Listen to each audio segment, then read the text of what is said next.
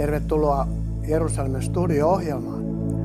Tämä ohjelma on tämän 2015 vuoden ensimmäinen ja kanssani on tuttuun tapaan Pekko Sartola. Tervetuloa. Kiitoksia. Me teemme näitä ohjelmia edelleenkin tänä vuonna sillä tavalla, että joka toinen kerta suurin piirtein olemme tässä pöydän ympärillä yhdessä ja sitten joka toinen kerta lähitä ajankohtaisohjelman niin tehdään tällaisena etäohjelmana. Ja me olemme suurin piirtein nyt melkein kuukauden olleet tässä joulutauolla ja nyt on tapahtunut yhtä ja toista. Haluatko Pekka ihan ennen kuin menemme varsinaiseen asiaan, niin jotain sanoa siitä, minkälaisia fiiliksiä tämän kuukauden aikana näissä asioissa on sinun mielessäsi ollut?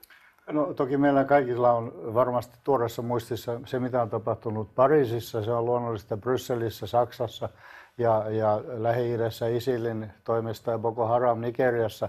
Mutta se, mikä Lähi-itään liittyy ja kaikkein eniten ehkä meitä kiinnostaa, on kuitenkin tämä palestiinalaishallinnon hakemus kansainvälisen rikostuomioistuimeen, jossa he hakivat jäsenyyttä tuohon laitokseen. Ja syy siihen oli, että he saisivat sitten syyttää Israelia sotarikoksista viime kesän tapahtumista. Tämä oli tämä päällimmäisin mielikuva, mikä tässä nyt on. Joo. Tämä on kyllä varsin tuore päätös, mitä nyt on tehty, vain muutamia päiviä vanha. Käydäänkö sitä läpi, koska tähän liittyy hyvin sellaisia aika erikoisia piirteitä, että instituutio, joka teki aikaisemmin päätöksen, hylkäsi ja nyt ei ole mitään merkittävää muutosta tapahtunut ja nyt on hyväksymässä. Kerrotko, avaatko vähän tätä kysymystä ja mikä tämä ICC oikeastaan on? Joo, tämä ICC on kansainvälinen rikostuomioistuin, joka on siis itsenäinen laitos. Valtiot ylläpitävät sitä. Se ei ole YK:n-alainen, sillä ei mitään tällaista poliittista kytkentää ei siis saisi ainakaan olla. Toki siihen asiaan monet ovat jo pikkusen suhtautuneet skeptisesti. Kuitenkin tämä laitos toimii itsenäisesti, se on perustettu vuonna 2002 ja sen tarkoitus on tutkia valtioiden välisiä asioita juridisin, siis laillisuusperustein. Se ei ole laitos, joka on esimerkiksi sellainen oikeusistuin, joka katsoo, että mikä on oikeudenmukaista ja mikä on suhteellista, vaan se katsoo pelkästään juridiset tosiasiat ja määrittelee sitten asemansa ja nämä päätöksenä sen suhteen. Ja nyt kun 2012 aikana niin palestiinalaiset saivat YK:lta tällaisen tarkkailijavaltiotunnustuksen, siis statuksen, niin välittömästi sen jälkeen he hakeutuivat myös ICC:n jäseneksi. He etsiytyivät siis ICC:hen, jotta saisivat syyttää Israelia siihen mennessä tehdyistä sotarikoksista tai heidän väittämistään sotarikoksista. Se hylättiin tuo päätös silloin. Itse asiassa yleinen syyttäjä Fatou Bensouda, joka tuon päätöksen silloin teki, käsitteli myöskin uudelleen hakemuksen, sillä nyt kun palestiinalaiset hakivat viimeinen päivä viime vuotta, hakivat jälleen turvallisuusneuvostolta valtiotunnustamista ja se hylättiin. He hakivat välittömästi sen jälkeen, lähettivät YK:n pääsihteerille kirjelmän, jossa he pyysivät, että nyt he haluaisivat jälleen tänne ICC:n suojiin etsimään sitten jotakin turvaa näistä ICC:n lainopillisista kannoista Israelin väitetylle sotarikoksille.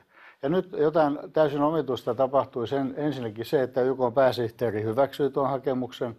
Hän lähetti sen eteenpäin. No, hän ei tehnyt siinä mitään semmoista kardinaalimunausta. Hän olisi voinut sen yhtä lailla hylätä, koska palestiinalaiset eivät ole valtio.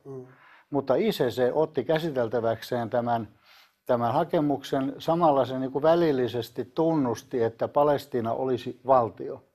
Se on selkeä johdonmukaista linjaa luettavissa tästä heidän päätöksestään.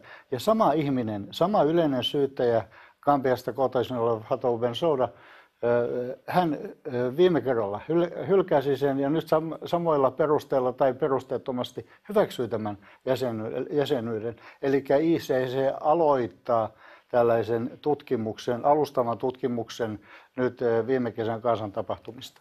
Kun sä sanoit, että siihen liittyy ja se tutkii vain valtioiden, jotka ovat siinä mukana, niiden asioita, niin Palestiinahan ei ole valtio, niin tarkoittaako se sitä, että he ovat päättäneet, että se onkin valtio, laillinen valtio vai? Juuri täsmälleen näin. Eli nyt epäsuorasti ICC tunnustaa, että Palestiina onkin valtio. Toisaalta sitten kun lähdetään etsimään ICC:n tuomiovaltaa kyseisessä asiassa, niin heillä ei ole Judeassa, Samariassa eikä Gazassa tuomiovaltaa, koska Palestiinalla ei ole rajoja. Ja vain Israel on alueella rajoihin sitoudettu valtio. Ja tämä on täysin käsittämätöntä, että tämä hakemus hyväksyttiin tältä osin samoilla perusteettomilla perusteilla, mikä tehtiin aikaisemminkin. No miten sitten ymmärtääkseni, kun sota ei ole yksipuolinen, siinä oli toisella puolella Hamas-joukot, ja kun Hamas kuuluu osana Palestiinan hallintoon, eli se on yksi kokonaisuus juridisesti tai virallisesti, niin nämä samat heidän tekemänsä jutut, niin mitä tapahtuu Israelissa, niin eikö nekin tutkita sitten? No kyllä, Israel teki viime syyskuussa jo Mahmoud Abbasista ICC:lle tällaisen tutkimuspyynnön juuri näistä palestiinalaishallinnon, jossa siis Hamas on, niin kuin sanoit, se on jäsen siinä. Eli palestiinalaishallinto, joka tämän hakemuksen takana on, niin heitä joudutaan käsittelemään kokonaisuutena. Siis PLO ja Fatah kokonaisvaltaisena hallituksena. Ja se on ICC:ssä käsiteltävänä. Samoin he tekivät nyt sitten vastavetona tälle hakemukselle, mikä Abbas teki. He asettivat Hamasin ja PLO-yhteishallituksen pääministerin Rami Hamdullahin myöskin syytettyjen listalle syytettynä näistä samoista sotarikoksista, joita Hamas on tehnyt. Eli hallitusvastuussa olevat henkilöt joutuvat siis vastaamaan tästä teosta. Ja ongelma on tietysti se, että mihin tämä koko kuvio sitten aikanaan päättyy. Se on melkoinen sillisalaatti, koska mitään tällaista juridista perustetta aloittaa tutkimuksia itse asiassa ei ole. Ja nythän tämä pitää sisällään sen, että ICC lähtee tutkimaan, onko heillä mahdollisuuksia tutkia koko prosessia, onko mahdollisuus saada käyttöönsä todistusaineistoa, sellaista todistusaineistoa, jonka perusteella voisi aikanaan sitten nostaa mahdolliset syytteet. Ja Israel on tässä ollut erittäin hurjana, samoin USA ja Kanada ovat kaikki sitä mieltä, että pitäisi rahoitus vetää pois koko tuolta järjestöltä. No USA ei sitä rahoittelekaan, että ne valtiot, jotka ovat siinä mukana, niin pitäisi kyllä tarkistaa kantansa järjestöön, joka on itse laatinut lakinsa ja säännöksensä, että he tutkivat vain valtion asioita. Ei tällä tavalla voi ottaa juridista kantaa edes epäsuorasti siihen, että olisiko Palestiina nyt sitten jo valtio. Montako valtiota siinä on mukana ja mitkä ovat merkittävimmät valtiot tässä? Nyt tuohon kysymykseen mä en pysty vastaamaan. En huomannut katsoa tuota listaa, jotka siinä on mukana, mutta sieltä puuttuu. Esimerkiksi kun Yhdysvallat puuttuu sieltä, Kanada siinä ilmeisesti on mukana, koska Israel pyysi, että Kanada lopettaisi rahoituksensa. Uskoakseni siinä on länsimaita aika paljon. Kaikki P5+1 maatkaan eivät ole siinä mukana. Sieltä puuttuu Venäjä, puuttuu Kiina. Että se ei ole mikään tällainen yhteiskansallinen globaali valtioiden ryhtymä. Melkein voi sanoa, että kaikki merkittävimmät valtiot siitä puuttuu. No, jos ajattelee sitä, että eikö tämä ole vähän niin kuin siinä linjassa, että koko ajan etsitään tällaisia asioita, jossa yritetään saada niin kuin, Israel-vastaisuutta ikään kuin aikaiseksi. Joo, tässä on niin kuin taustalla mun mielestäni nousee väistämättä esiin se, että nyt halutaan jollain tavalla saada tämmöinen globaali hyväksyntä tälle Palestiinan hallinnolle, eli heidän valtiolliselle tunnustamiselleen. Ja se on sikäli paradoksaalista, että YK on turvallisuusneuvosto, joka on avainasemassa näissä asioissa. Heidän pitäisi siis ensinnäkin hyväksyä valtio. Ja sen jälkeen valtio tunnustaa itsensä ja YK on yleiskokous hyväksyy jäsenhakemuksen. Se menee tällä tavalla tämä prosessi. Niin nyt ollaan niin kuin menossa tavallaan suoraan Latvaan ja unohdetaan, että mitä kautta sinne Latvaan kuuluu mennä. Ja tässä tapauksessa niin tämä on aika hankala ennakkopäätös, jos ajatellaan, että nyt useat Euroopan valtiot ovat jo epäsuorasti pyytäneet, siis parlamentit ovat pyytäneet hallituksiaan aikanaan tunnustamaan Palestiinan, niin tässä nyt ICC, joka pitäisi pelkästään pysytellä lain kirjaimen puitteissa, kansainvälisen lain kirjaimen puitteissa, erikoisesti niiden pykäliä, jotka se itse on laatinut säännöikseen. niin nyt he ovat tavallaan menossa niin kuin riman alta koko ajan ja kyllä se on aika valitettava tapahtumasarja. Jos me Veka siirrytään nyt tähän kohtuullisen tuoreeseen asiaan, mitä tapahtui Ranskassa, joka sai koko valtion aika lailla sekaisin muutamaksi päiväksi ja oli aika yllättävä ja jollakin tavalla myöskin viitteellinen siitä, että tämä ei välttämättä ole kertatapaus, vaan näitä saattaa tulla. Mutta käydäänkö ihan lyhyesti, mitä tapahtui, kuka teki ja minkälaiset motiivit? Joo, niitähän on viimeisten viikkojen aikana kelattu näitä motiiveja ja tapahtumia. Kyseessähän oli Algerialla syntyinen veljespari, joka ensinnä hyökkäsi tuonne Charlie Hebdo, eli viikkolehti Hebdo, joka on tällainen satiirisia pilapiirroksia julkaiseva lehti. Sinne toimitukseen, siellä oli toimituksen viikkopalaveri käynnissä ja he pakottivat siinä sitten kadulla sisälle menevän lehden työntekijän, jolla oli pieni lapsi mukanaan, tai pakottivat hänet avaamaan tuon turvalukko-oven ja pääsivät sisälle.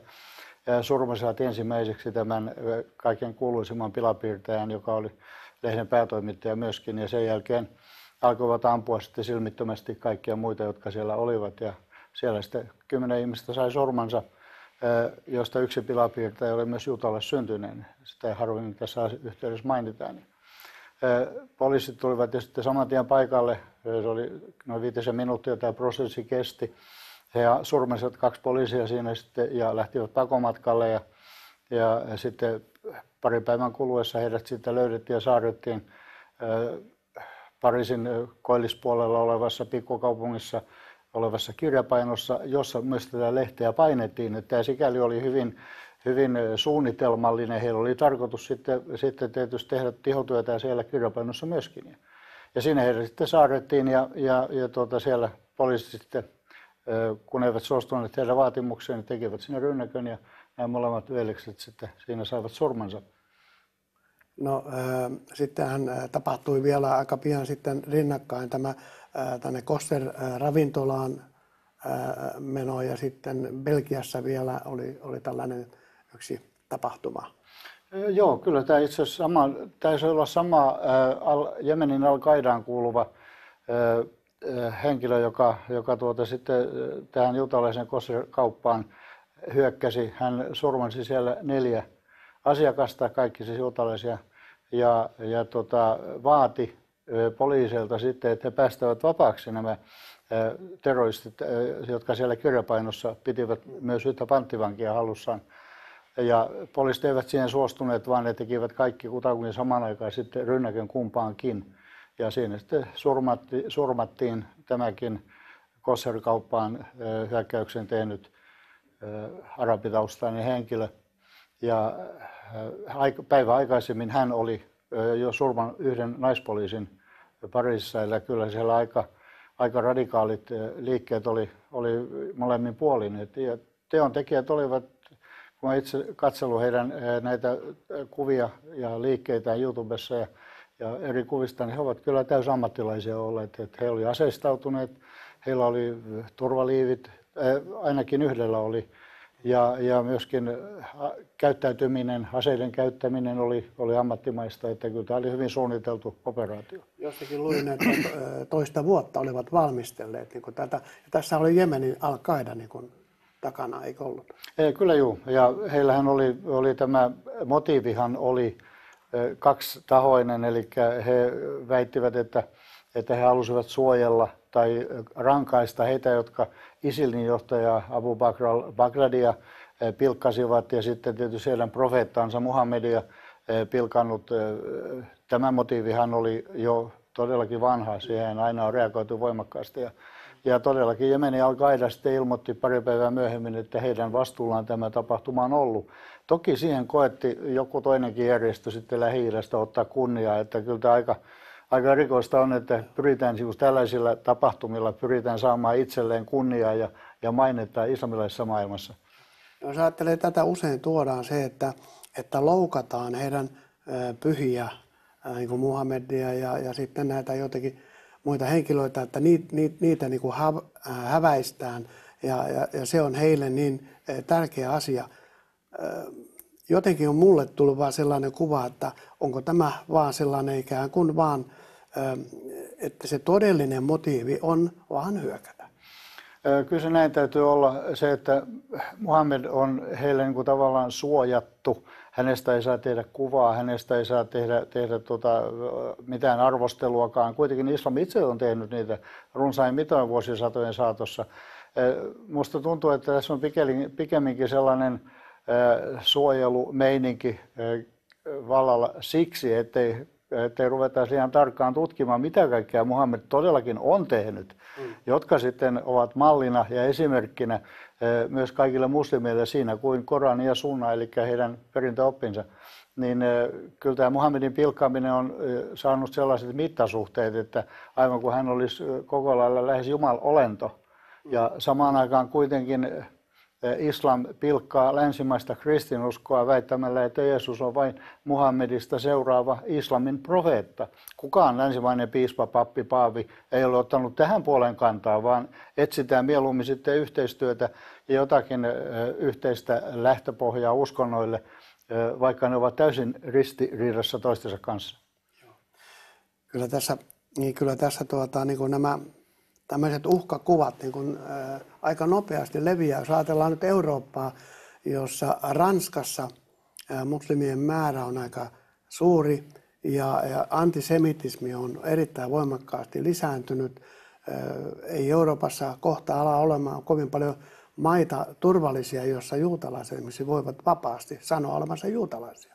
Tuo on aivan totta ja siksi Netanyahu myöskin hyvin itse asiassa räväkästi siinä sitten seuraavina päivinä ilmoitti, että tulkaa Israeliin, tämä on teidän kotinne, täällä te saatte asua turvassa, täällä teitä ei tulla ahdistamaan, vaikka toki ympäröivät vallat ja terroristiryhmät ovat sitä runsaasti tehneet. Mutta jos Ranskaa otetaan niin kuin tavallaan tällaiseksi mittapuuksi, jossa nyt nämä tapahtuu, siellä on 66 miljoonaa ihmistä ja heidän muslimiväestönsä on noin 6 miljoonaa, siis 10%.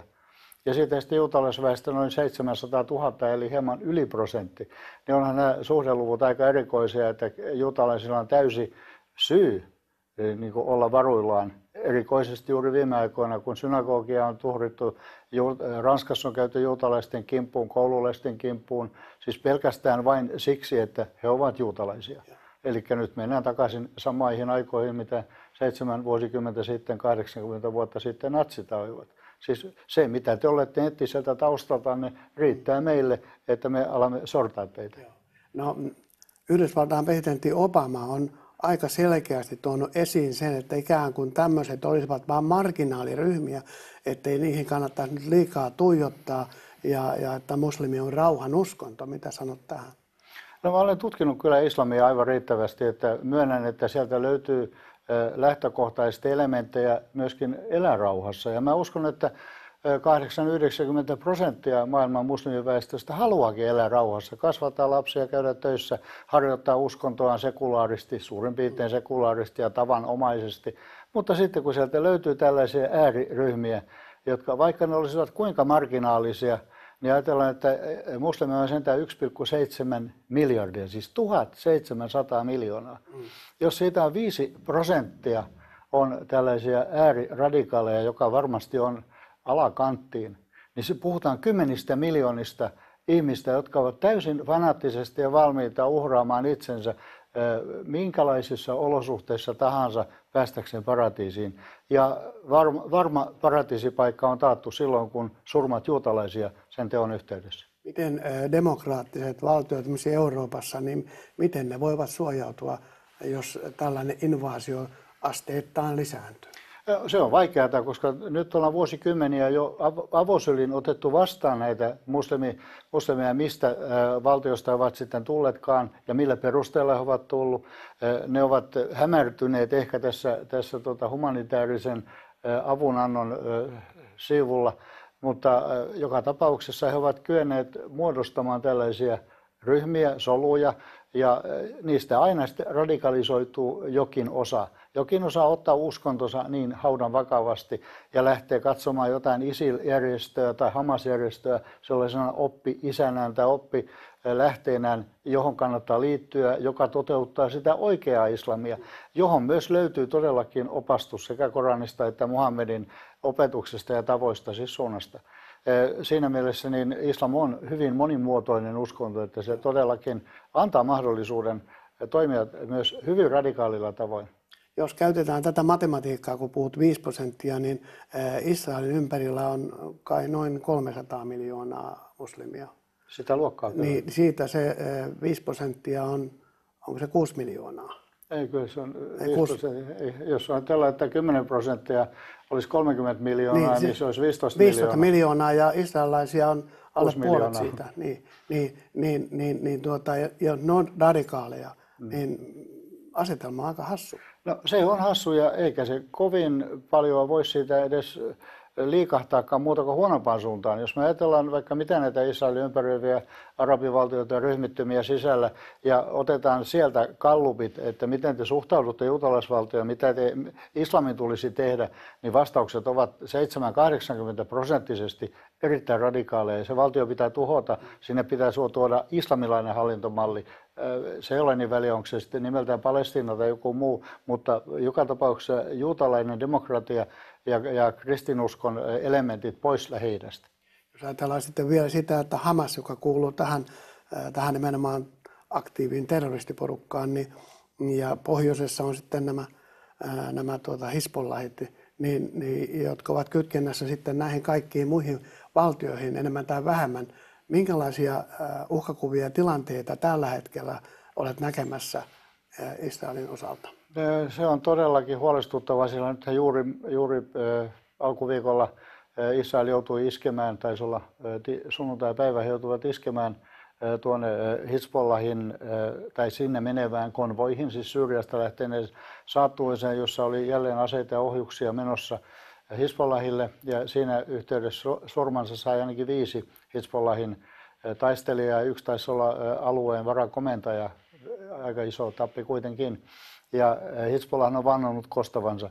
Heillä on käytössään 150 000 ohjusta ja raketteja, josta ainakin 5 000 on sellaisia, jotka ylettyvät siis mihin tahansa osaan Israelia.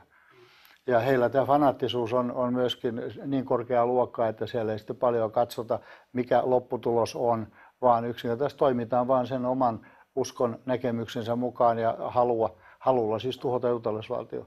Ja kun tähän otetaan mukaan sitten vielä ISIL-järjestö, joka siellä on radikalisoitumassa vieläkin pahemmaksi kuin mitä se alkujaan oli, ja siihen suuntautuu sekä länsirannalta väkeä, ja ISIL on oikeastaan etaploitunutkin jo länsirannalle ja Hebronin pienillä soluilla, niin kyllä tämä asetelma Israelin kannalta on äärimmäisen huolestuttava. He joutuvat jatkuvasti valmistautumaan seuraavan suuren yhteenottoon sotaan.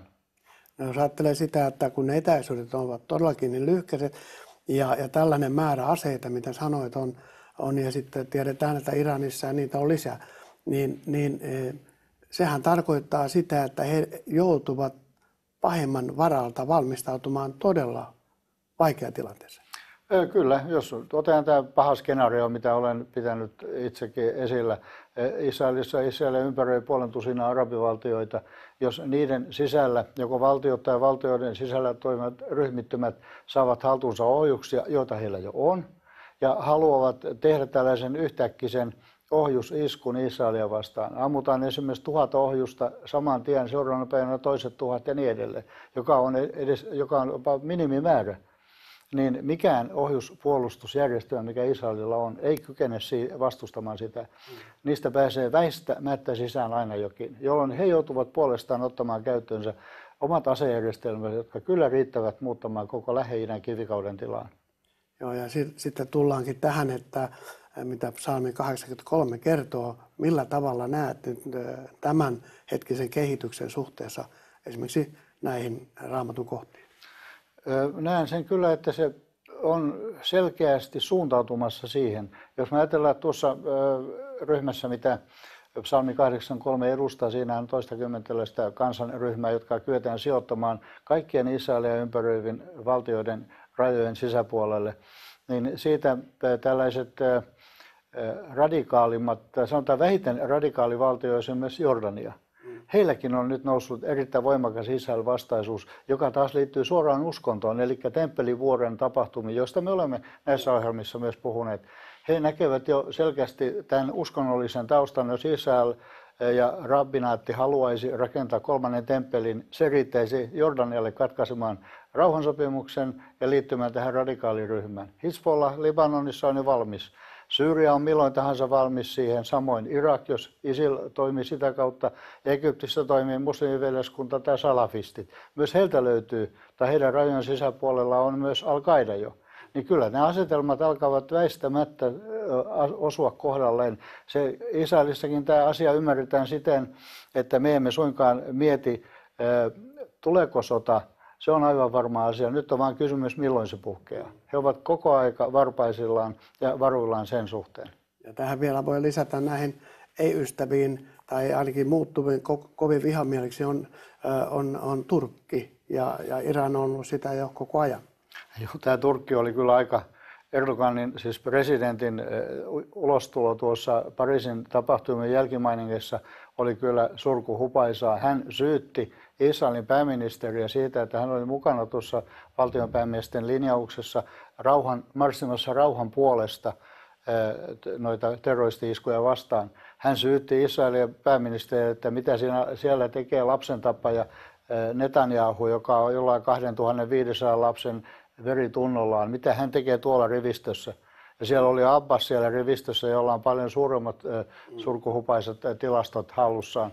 Ja nyt hän sitten kaveraa hyvin voimakkaasti Hamas-johtaja Messalin kanssa aivan eilispäivän kuvia, että onhan tässä Turkin ulostulo kyllä on muuttunut hyvin radikaalisti, ottaen huomioon, että sekin on sentään NATO-maa ja pitäisi tavallaan olla niin kuin länsimaisiin suhtautuva.